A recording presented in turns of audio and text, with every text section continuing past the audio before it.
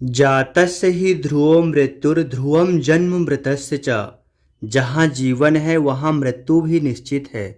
जो प्राणी जन्म ग्रहण करता है उसे समय आने पर मरना भी पड़ता है, और जो मरता है उसे जन्म लेना पड़ता है। पुनर्जन्म का यह सिद्धांत सनातन धर्म की अपनी विशेषता है। मैं आप लोगों के सामने गरुड़ पुराण प्रस्तुत कर रहा हूँ। गरुड़ पुराण के बारे में लोगों ने यह भ्रम फैला रखा है कि गरुड़ पुराण शारद्वार प्रेत कल्प को घर में नहीं रखना चाहिए, केवल श्राद्ध आदि प्रेत कार्यों में ही इसकी कथा सुनते हैं। यह धारणा अत्यंत भ्रामक और अंधविश्वास युक्त है। कारण इस ग्रंथ की महिमा में यह बात लिखी है कि जो मनुष्य इस गरुड़ पुराण शारद्वार को सुनता है, चाहे जैसे भी इसका पाठ करता है, वह यमराज की भयंकर यातनाओं को तोड़कर निष्पाप होकर स्वर्ग प्राप्त करता है। यह ग्रंथ बड़ा ही पवित्र और पुण्यदायक है तथा सभी पापों का विनाशक एवं सुनने वालों की समस्त कामनाओं का पूरक है। इसका सदैव श्रवण करना चाहिए।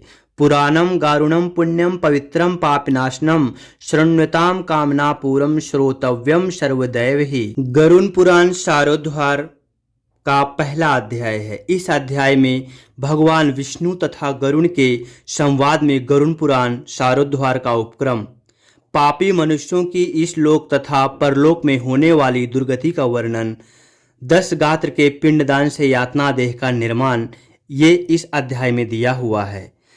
धर्म दृढ़ बद्ध मूलो वेद स्कंधा पुराण शाखाढ़ क्रतुकुसुमो मोक्ष फलो मधुसूदन पादपो जयति। धर्म ही जिसका सुदृढ़ मूल है, वेद जिसका तना है, पुराण रूपी शाखाओं में जो समृद्ध है, यज्ञ जिसका पुष्प है और मोक्ष जिसका फल है, ऐसे भगवान मधुसूदन रूपी पादप कल्प वृक्ष की जय हो। देव क्षेत्र नैमिषारण्य में स्वर्गलोक की प्राप्ति के कामना से सनकादि ऋषियों ने एक बार सहस्त्र वर्ष में पूर्ण होने वाला यज्ञ प्रारंभ किया। एक समय प्रातः काल के हवनादि कृत्यों का संपादन करके उन सभी मुनियों ने सत्कार किए गए आसनासीन सूत जी महाराज से आदर पूर्वक यह पूछा। ऋषियों ने कहा, आपने सुख देने वाले देव मार्ग सम्यक निरूपण किया है। इस समय हम लोग भयावह यम मार्ग के विषय में सुनना चाहते हैं। आप सांसारिक दुखों को और उस क्लेशों को, विनाश के साधनों को तथा इस लोक और परलोक के क्लेशों को यथावत वर्णन करने में समर्थ हैं, अतः उसका आप वर्णन कीजिए। सूत जी बोले, हे मुनियों, आप लोग सुने। मैं अत्यंत दुर्गम यम मार्ग के विषय में कहता हूँ, जो पुण्यात्मा जनों के लिए सुखद और पापियों के लिए दुखद है। गरुड़ जी के पूछने पर भगवान विष्णु ने उनसे जैसा कुछ कहा था, मैं उसी प्रकार आप लोगों के संदेह की निवृत्ति के लिए कहूँगा। कदाचित सुखमासीनम वैकुंठम श्री हरिम गुरुम विनयावनतो भूत्वा पप्रच्छ विंतासुतः।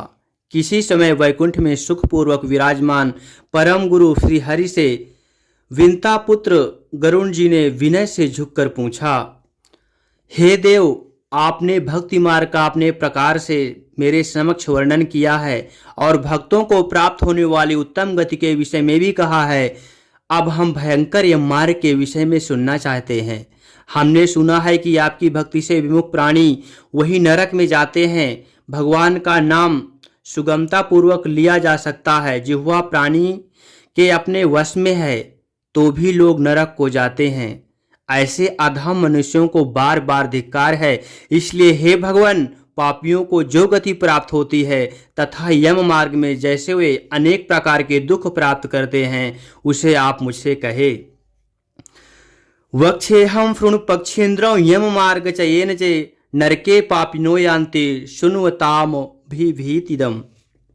श्री भगवान बोले, हे पक्षेंद्र सुनो, मैं उस समय यम मार्ग के विषय में कहता हूँ जिस मार्ग से पापी जन नरक की यात्रा करते हैं और जो सुनने वालों के लिए भी भयावह है। हेतार्थ, जो प्राणी सदा पाप परायण है, दया और धर्म से रहित है, जो दुष्ट लोगों की संगति में रहते हैं, सत शास्त्र और सत्संगति से विमुख हैं, जो अपने को स्वयं प्रतिष्ठित मानते हैं, अहंकारी हैं तथा धन और मान के पद से चूर हैं, आसुरी शक्ति को प्राप्त हैं तथा दैवी संपत्ति से रहित हैं, जिनका चित्त अनेक विषयों में आसक्त होने से भ्रांत है, जो मोह के जाल में फंसे हैं और कामनाओं के भोग में ही लगे हैं, ऐसे व्यक्ति अपवित्र नरक में गिरते हैं। जो लोग ज्ञानशील हैं वे परम गति को प्राप्त होते हैं। पापी मनुष्य दुखपूर्वक यम यातना प्राप्त करते हैं।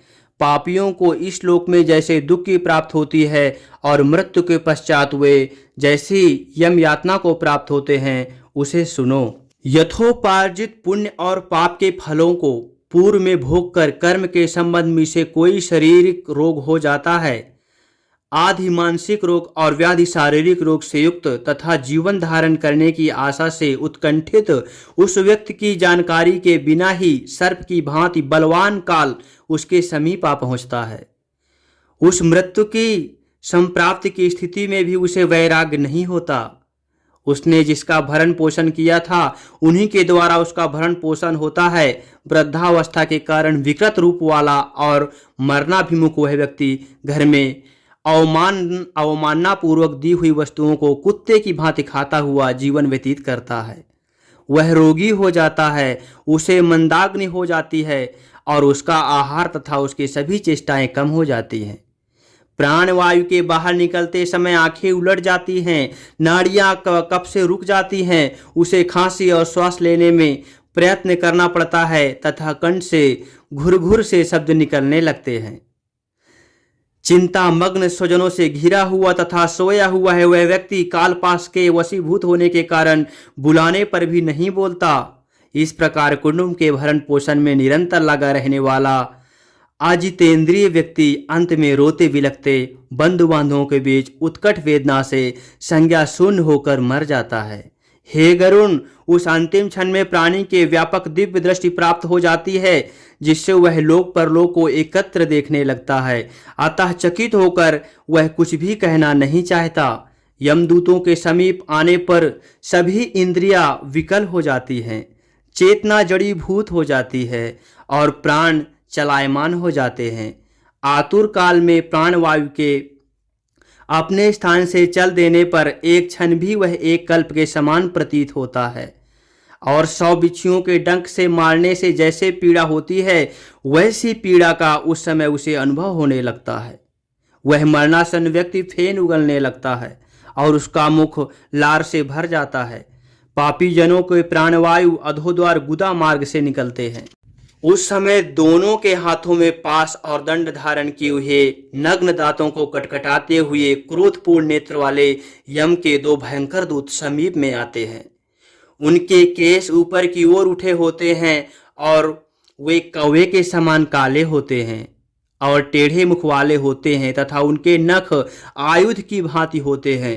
उन्हें देखकर भयभीत हृदय वाला वह मरणासन्न प्राणी मलमूत्र का विसर्जन करने लगता है। अपने पांच भौतिक शरीर से हाय हाय करते हुए निकलता हुआ तथा यमदूतों के द्वारा पकड़ा हुआ वह अंगुष्ठ मात्र प्रमाण का पुरुष अपने घर को देखता हुआ यमदूतों के द्वारा यातना देह से ढक करके गले में बलपूर्वक पासों में बांधकर सुदूर यम मार्ग पर यातना के लिए उसी प्रकार ले जाया जाता है जिस प्रकार राजपुरुष दंडनीय अपराधी को ले जाते हैं।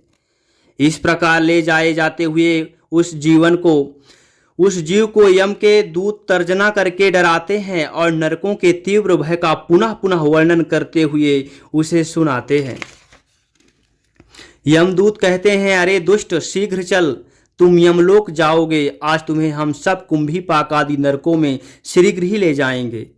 इस प्रकार यमदूतों के वाणी तथा बंधु बांधवों का रुदन सुनता हुआ वह जीव जोर से हाहाकार करके विलाप करता है और यमदूतों के द्वारा प्रताड़ित किया जाता है।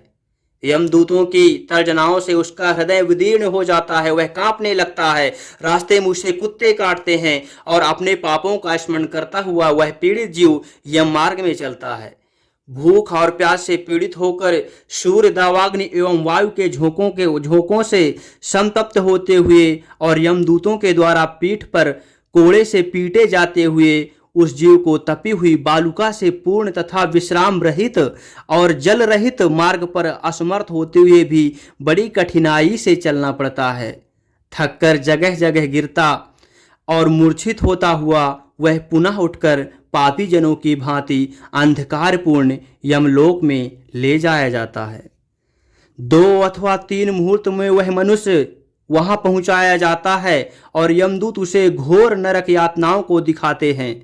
मुहूर्त मात्र में यम को और नारकीय यातनाओं को भय को देखकर वह व्यक्ति यम की आज्ञा से आकाश मार्ग से यमदूतों के साथ पुनः इस लोक मनुष्य लोक में चला आता है।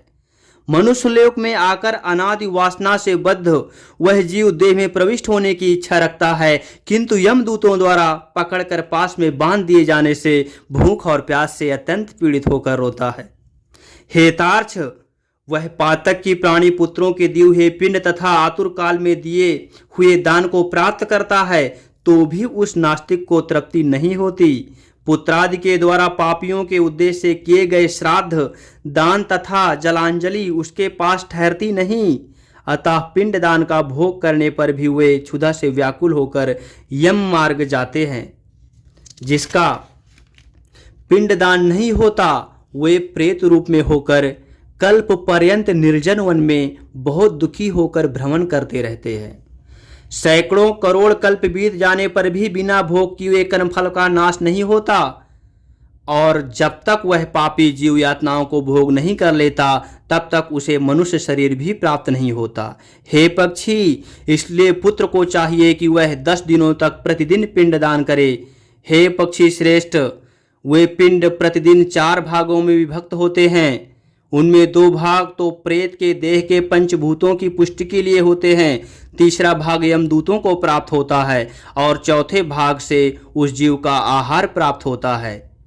9 रात दिनों में पिंड को प्राप्त करने के प्रेत का शरीर बन जाता है और 10वें दिन उसमें बल की प्राप्ति होती है। हे खग, मृत व्यक्ति के देह के जल जाने पर पिंड के द्वारा पुनः 1 हाथ लंबा शरीर प्राप्त होता है, जिसके द्वारा वह प्राणी यमलोक के रास्ते में शुभ और अशुभ कर्मों के फल को भोगता है।